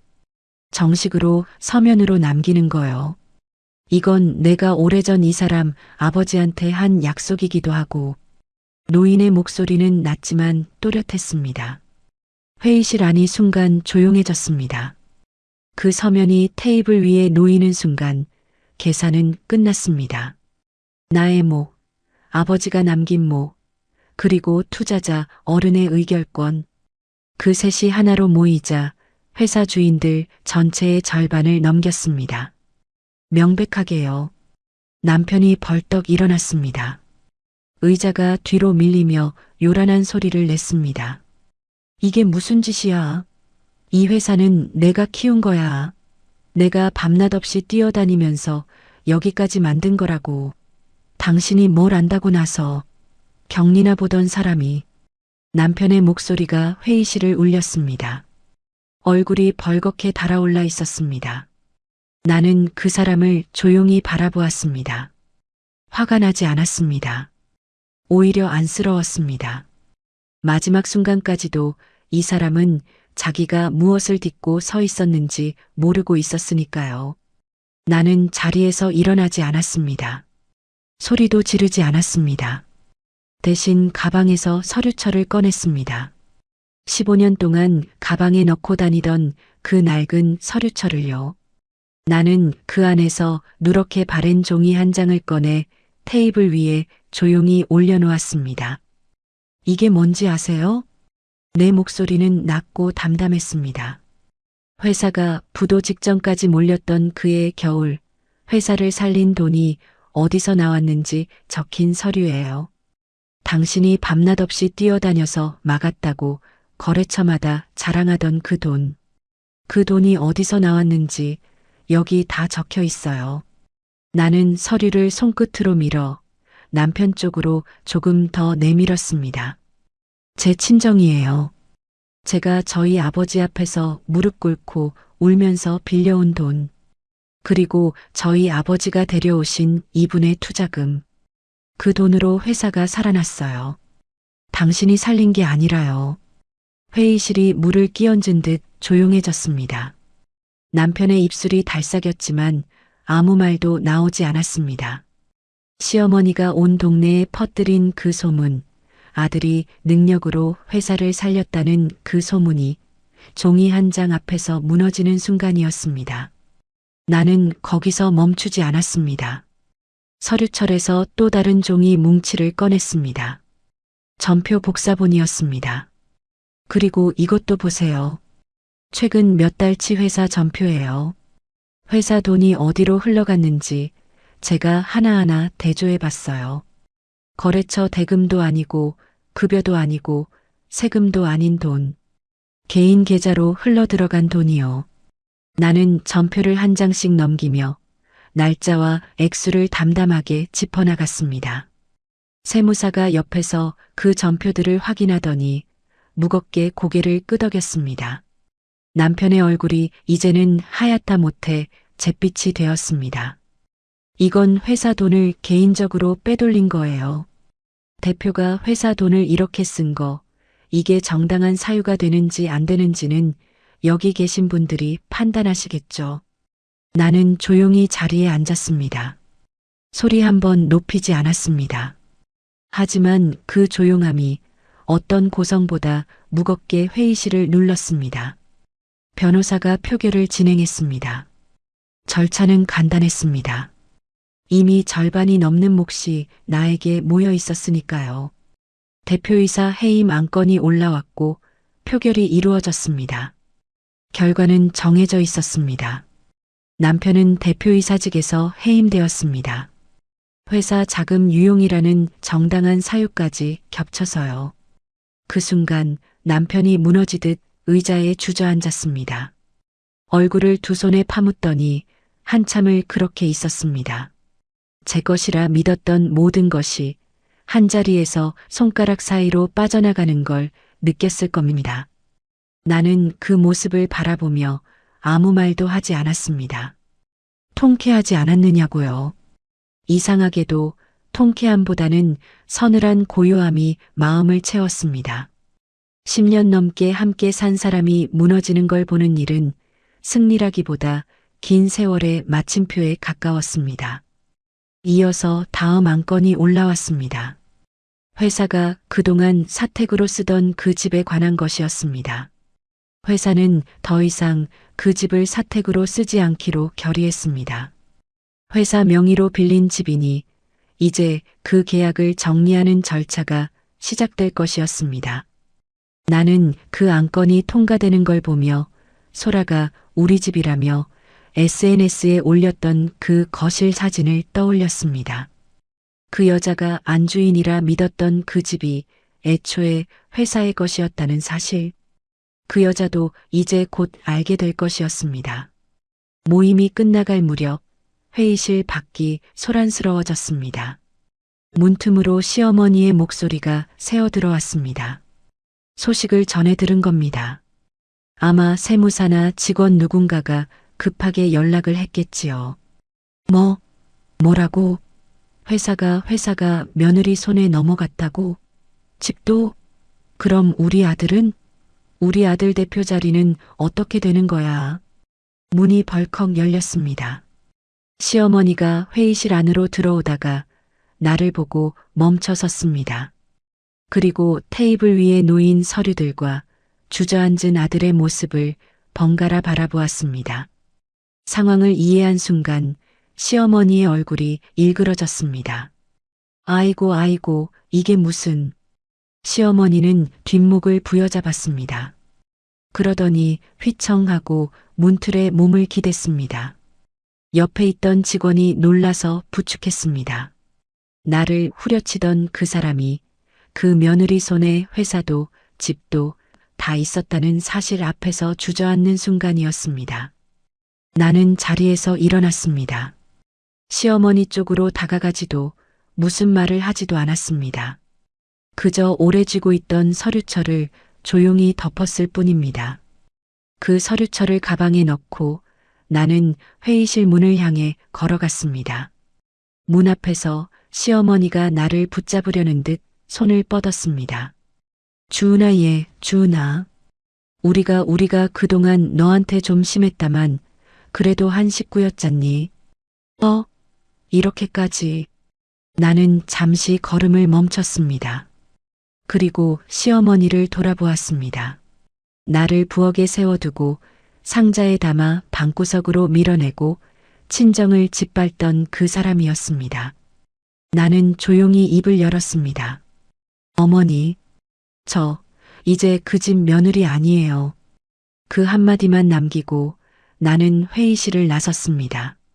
뒤에서 시어머니가 뭐라고 소리치는 것 같았지만 돌아보지 않았습니다. 복도를 걸어 나오는데 창문으로 오후 햇살이 쏟아져 들어왔습니다. 나는 그 햇살 속을 천천히 걸었습니다. 손안에 든 서류철이 처음으로 가볍게 느껴졌습니다. 건물을 나서자 오래된 거래처 사장 한 분이 밖에서 기다리고 있었습니다. 소식을 들은 모양이었습니다.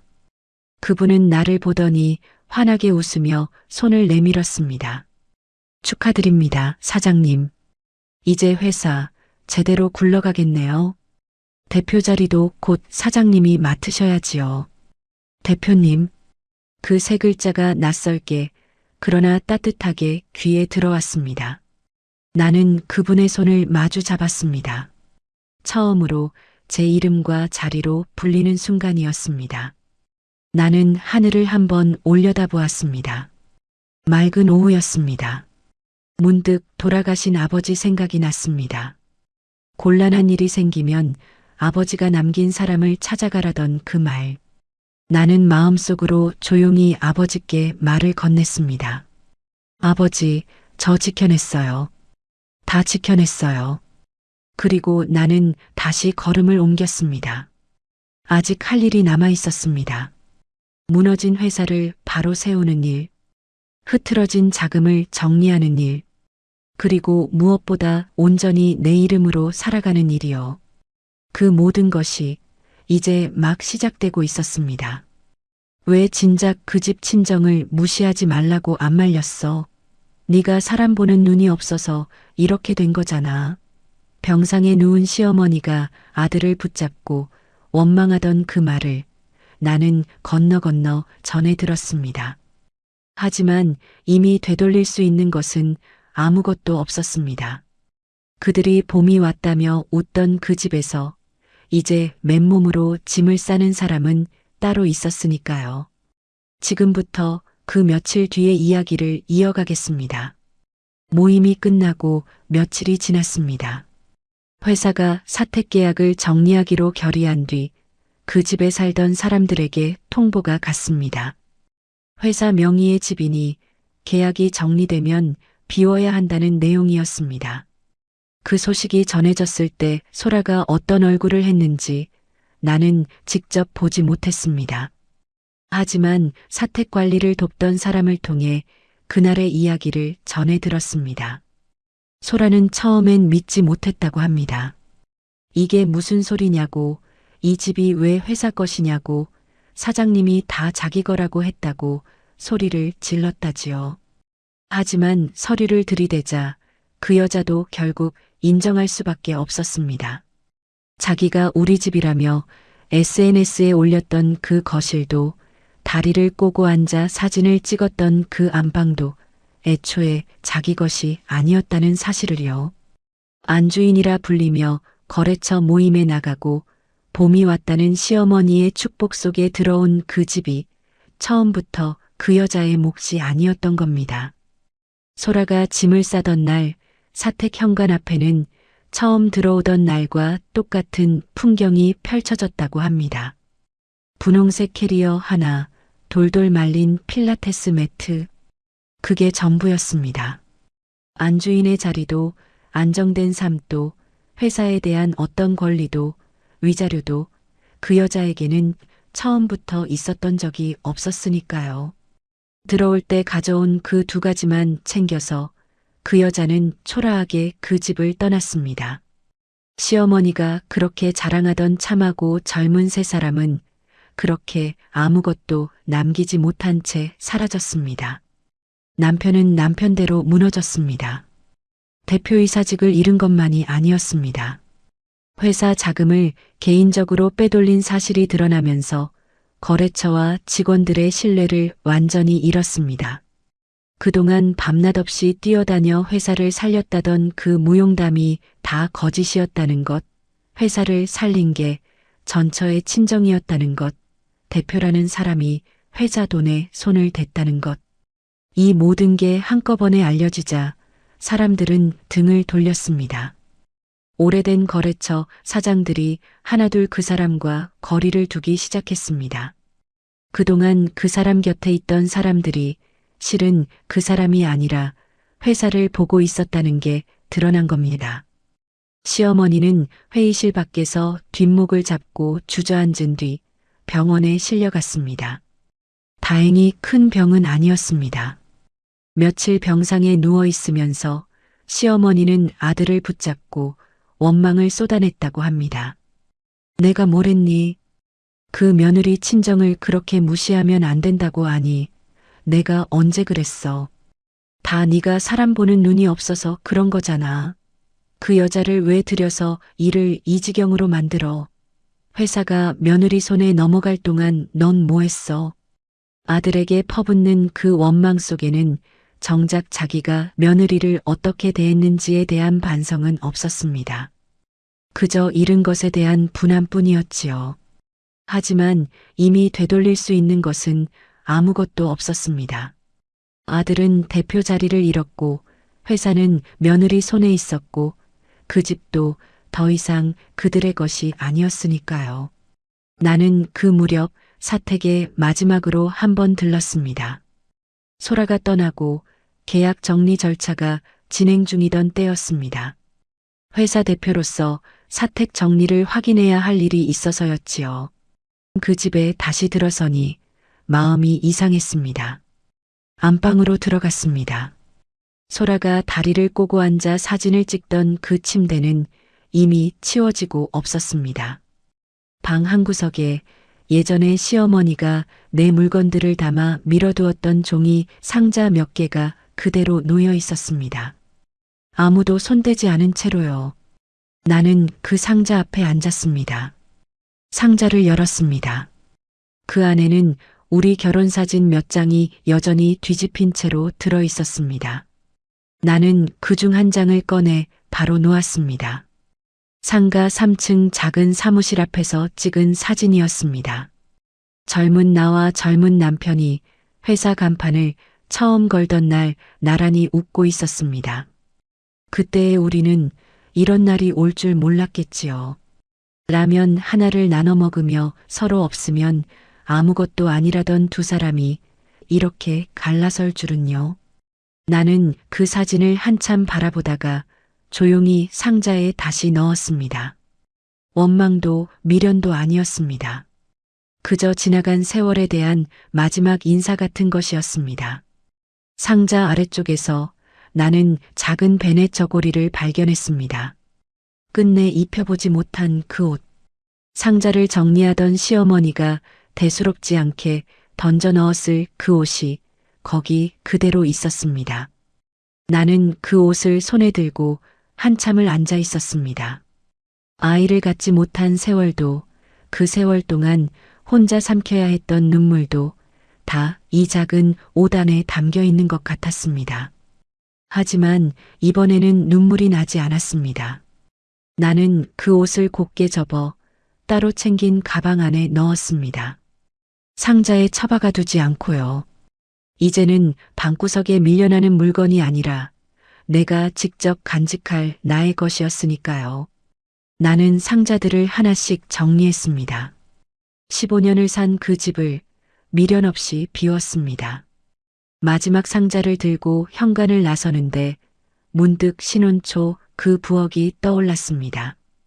시어머니가 친정이 별 볼 일 없으니 몸으로 갚으라던 그 부엌. 명절마다 식은 밥을 서서 먹던 그 부엌. 이제 나는 그 부엌을 등지고 나가는 게 아니라 내 발로 걸어나가고 있었습니다. 현관문을 나서며 나는 처음으로 깊은 숨을 크게 내쉬었습니다. 가슴 밑바닥까지 시원하게요. 이 집에 매여 살면서 한 번도 이렇게 홀가분하게 숨을 쉬어본 적이 없었습니다. 문을 닫으니 마음속에서도 무언가 조용히 닫히는 느낌이 들었습니다. 회사에 정식 대표로 출근한 첫날, 직원들이 나를 맞이하는 모습은 예전과 달랐습니다. 그동안 눈치를 보며 고개를 숙이던 직원들이 이제는 나를 똑바로 바라보며 인사했습니다. 격리부 막내 아이가 이혼 다음 날 내 자리를 정리하라는 메모를 조심스레 전하던 그 아이가 이번에는 밝은 얼굴로 다가왔습니다. 대표님 나와주셔서 정말 다행이에요. 사실 저희 다 알고 있었어요. 회사를 진짜로 지탱해온 게 누구였는지요. 그동안 말을 못했을 뿐이에요. 나는 그 아이의 어깨를 두드려 주었습니다. 그동안 조용히 회사의 뒷단을 지켜온 사람이 누구였는지 이제야 사람들이 소리내어 인정하기 시작한 겁니다. 나는 곧바로 일에 들어갔습니다.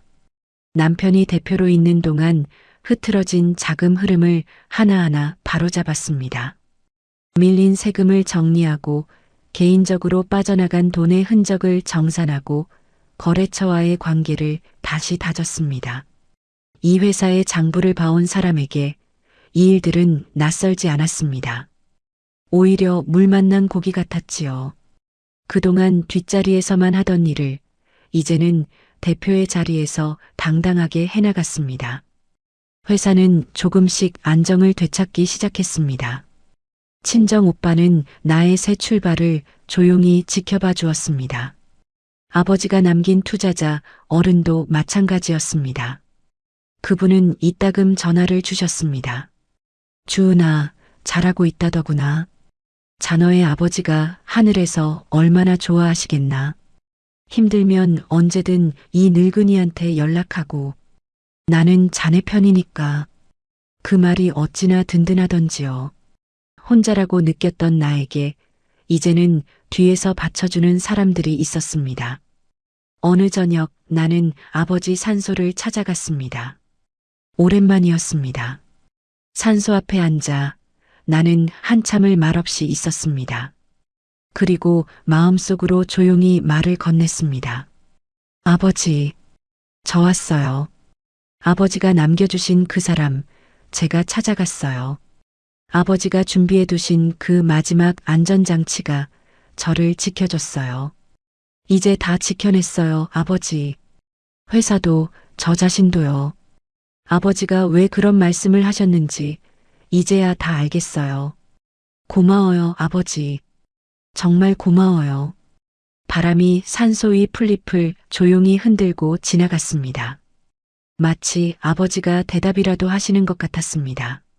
나는 눈을 감고 오랫동안 그 자리에 앉아 있었습니다. 눈물이 조금 났지만 슬픈 눈물이 아니었습니다. 그 인고의 세월을 마침내 내려놓는 그런 눈물이었습니다. 산소를 내려오는 길, 하늘에 노을이 붉게 물들어 있었습니다. 이혼 도장을 찍던 날 손끝에 묻어있던 그 붉은 인주가 문득 떠올랐습니다. 그날 나는 그 붉은 자국이 끝이라고 생각했습니다. 15년 인생의 마침표라고요. 하지만 이제 알았습니다. 그건 끝이 아니었습니다. 붉은 노을이 하루의 끝이 아니라 다음 날 아침을 예고하듯이 내 새로운 시작을 알리는 표식이었던 겁니다. 나는 노을을 등지고 천천히 산길을 내려왔습니다. 발걸음이 어느 때보다 가벼웠습니다. 이제 돌아갈 곳은 그 사택이 아니었습니다. 나만의 이름으로, 나만의 자리로 돌아가는 길이었습니다. 그리고 그 길은 이제 막 열리고 있었습니다. 이혼한 여자가 뭘 할 수 있겠어. 며느리 주제에 귀에 딱지가 않도록 들어온 그 말이 이제는 아득한 예실처럼 느껴집니다. 그 말을 하던 사람들은 뿔뿔이 흩어졌고 나는 내 이름 석자가 새겨진 명패 앞에 앉아 아침을 맞습니다. 오늘은 그 모든 세월의 끝에서 마침내 내 이름으로 웃게 된 이야기를 들려드리겠습니다. 계절이 바뀌었습니다. 그날의 소란이 거짓말처럼 잦아들고 회사에는 다시 평온한 아침이 찾아왔습니다. 나는 이제 회사 대표의 방에서 하루를 시작합니다. 책상 위에는 대표이사 이주은이라고 새겨진 명패가 놓여 있습니다. 아침 햇살이 창으로 비쳐 들어와 그 명패 위에 내려앉으면 나는 잠시 그것을 바라봅니다. 사모님과 며느리와 격리 담당으로 불려온 사람이 이제 제 이름으로 이 자리에 앉아 있다는 게 아직도 가끔은 꿈처럼 느껴집니다. 그날 아침 나는 새로운 계약서에 서명을 했습니다. 회사가 새 거래처와 맺는 계약이었습니다. 남편의 무용담을 위해 뒤에서 술을 따르던 그 손으로 이제는 대표로서 직접 서명을 합니다. 이혼 도장을 찍던 날 붉은 인주가 묻어있던 바로 그 손끝으로요. 펜을 쥐고 내 이름을 또박또박 적어 내려가는데 문득 웃음이 나왔습니다.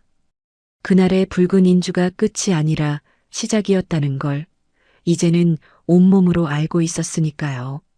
소라의 소식은 이따금 건너 들려왔습니다.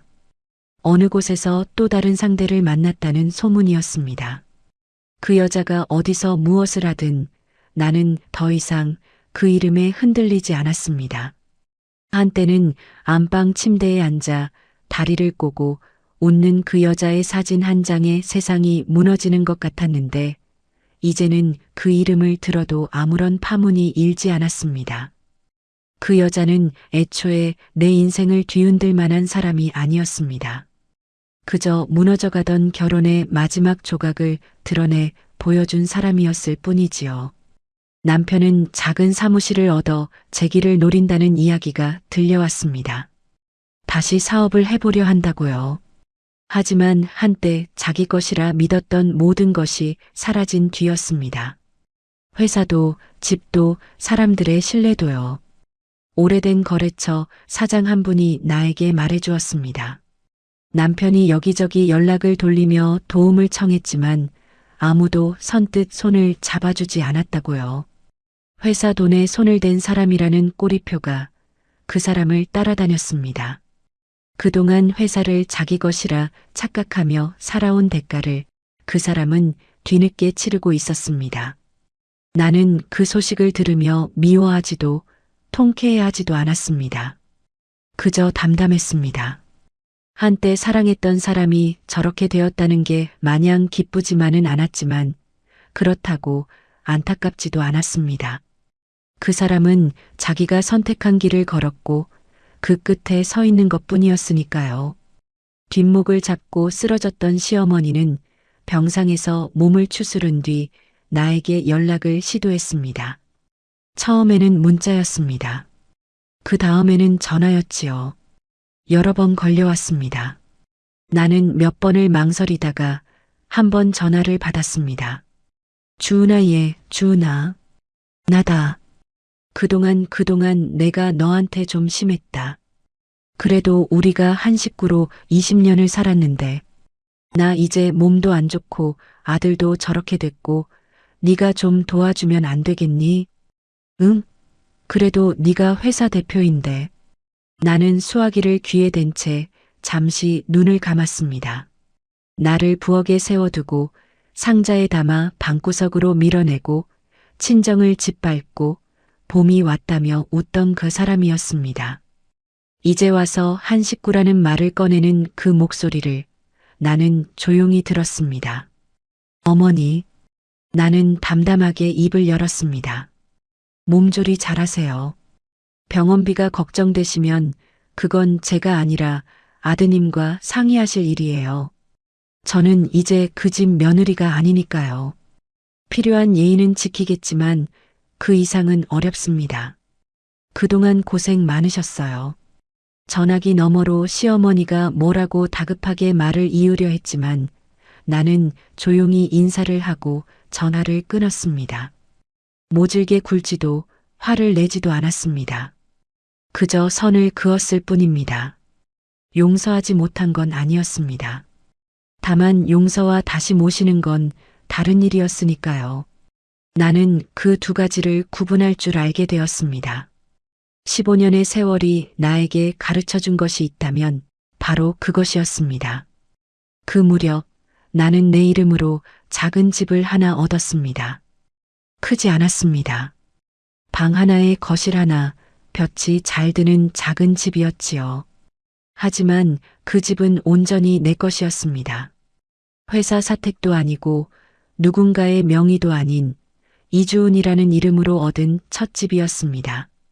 이사하던 날 저녁 나는 현관문을 잠갔습니다. 처음으로 온전히 나만의 문을 잠그는 순간이었습니다. 딸깍 하고 잠기는 그 소리가 어찌나 든든하던지요. 나는 그 소리를 듣고 한참을 문 앞에 서 있었습니다. 작은 집을 정리하며 나는 사택에서 챙겨온 베네 저고리를 서랍장 위에 올려두었습니다. 이제는 방구석에 처박힌 물건이 아니라 매일 눈에 담을 수 있는 자리예요. 그리고 그 옆에 아버지 사진을 나란히 놓았습니다. 지갑 속에 늘 넣어 다니던 그 작은 사진을요. 아침 저녁으로 그 두 가지를 바라볼 때마다 나는 마음이 든든해졌습니다. 지나온 세월과 그 세월을 지켜준 사람이 늘 곁에 있는 것 같았으니까요. 회사는 나날이 안정을 되찾았습니다. 밀린 세금을 다 정리하고 흐트러진 자금 흐름을 바로잡고 거래처와의 신뢰를 다시 쌓았습니다. 직원들은 예전보다 회사가 오히려 더 튼튼해졌다고 입을 모았습니다. 거래처 사장들도 마찬가지였습니다. 이 대표님이 워낙 실무를 꿰뚫고 계시니까요. 사실 예전부터 회사 일은 대표님이 다 하셨잖아요. 이제 자리만 제대로 잡히신 거죠. 앞으로가 더 기대됩니다.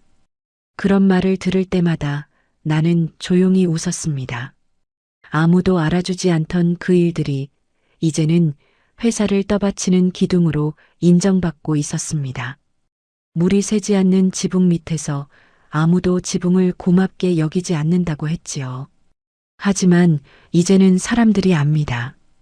그 지붕이 누구의 손으로 세워졌는지를요. 가끔 늦은 저녁 회사에 홀로 남아 서류를 정리할 때면 나는 그날의 나를 떠올립니다. 택시 뒷좌석에서 사진 한 장을 받고 세상이 무너질 뻔했던 그날의 나를요. 손끝에 붉은 인주가 묻은 채로 안방을 빼앗기고 봄이 왔다는 웃음소리를 등지고 돌아서던 그 사람. 그때 만약 내가 울며 주저앉았다면, 소리를 지르며 그 집으로 뛰어들어갔다면 지금의 나는 없었을 겁니다. 하지만 나는 그날 눈물 대신 서류철을 손끝으로 쓸어내렸습니다. 그 선택이 오늘의 나를 만들었습니다. 나는 사진 한 장에 무너질 뻔했던 그날의 나를 떠올리며 울지 않고 서류를 든 그 손을 스스로 대견해 합니다. 15년 동안 참고 견딘 그 손, 부엌에서 식은 밥을 먹으며 그릇을 느슬 손, 밤마다 몰래 서류를 복사하던 그 손. 그 손이 결국 나를 여기까지 데려왔습니다. 나는 이제 그 손을 부끄러워하지 않습니다. 오히려 자랑스럽습니다. 얼마 전 회사에서 새 명함을 받았습니다. 두툼한 종이에 대표이사 이주은이라고 또렷하게 새겨진 명함이었습니다. 나는 그 명함을 손에 들고 한참을 바라보았습니다. 이주은, 남의 아내도 아니고 누구의 며느리도 아니고 사모님도 아닌 이주은이라는 이름 석자. 그 이름을 손에 든 순간 나는 처음으로 온전히 나 자신으로 웃었습니다. 그날 저녁 나는 새로 얻은 작은 집으로 돌아왔습니다. 현관문을 열고 불을 켜고 나만의 공간에 들어섰습니다. 서랍장 위에 아버지 사진과 베네 저고리가 나를 맞아주었습니다. 나는 창가에 앉아 저물어가는 하늘을 바라보았습니다. 노을이 붉게 물들어 있었습니다. 그날의 붉은 인주와 꼭 닮은 빛이었습니다. 이혼 도장을 찍던 그 붉은 인주가 이제는 끝이 아니라 시작이었음을 나는 분명히 압니다. 그날 무너질 뻔했던 나는 이제 내 이름으로 명함을 받고 내 이름으로 집문을 잠그고 내 이름으로 회사를 이끕니다. 남의 아내가 아니라 나 자신으로요. 창밖에 노을이 서서히 저물고 어둠이 부드럽게 내려앉았습니다. 나는 조용히 미소 지었습니다. 두렵지 않았습니다. 내일이 오는 것이 이제는 설레기까지 했습니다. 남을 위해 살아온 사람이 마침내 자기 자신을 위해 살아가기 시작한 겁니다. 그리고 그 삶은 이제 막 가장 빛나는 부분을 향해 나아가고 있었습니다. 나는 아버지 사진을 향해 나직이 말했습니다. 아버지, 저 이제 괜찮아요. 정말 괜찮아요. 그리고 처음으로 아무런 무게 없이 온전히 나 자신으로 편안하게 웃었습니다. 긴 세월을 돌아 이주은 씨는 마침내 자기 이름으로 웃게 되었습니다. 참고 견딘 시간이 헛되지 않았다는 것을, 눈물 대신 서류를 쥐었던 그 손이 결국 자신을 지켜냈다는 것을 우리는 이 이야기를 통해 함께 보았습니다. 지금 힘든 시간을 견디고 계신 분이 있다면 부디 기억해 주세요. 오늘의 붉은 인주가 끝이 아니라 어쩌면 새로운 시작일지도 모른다는 것을요. 여러분의 오늘도 조용히 응원합니다. 이야기를 끝까지 들어주셨다면 잘 들었다고 댓글 하나만 남겨주세요. 구독과 좋아요를 눌러주시는 모든 분들이 행복하시길 기원합니다. 오늘 함께 해주셔서 정말 감사합니다.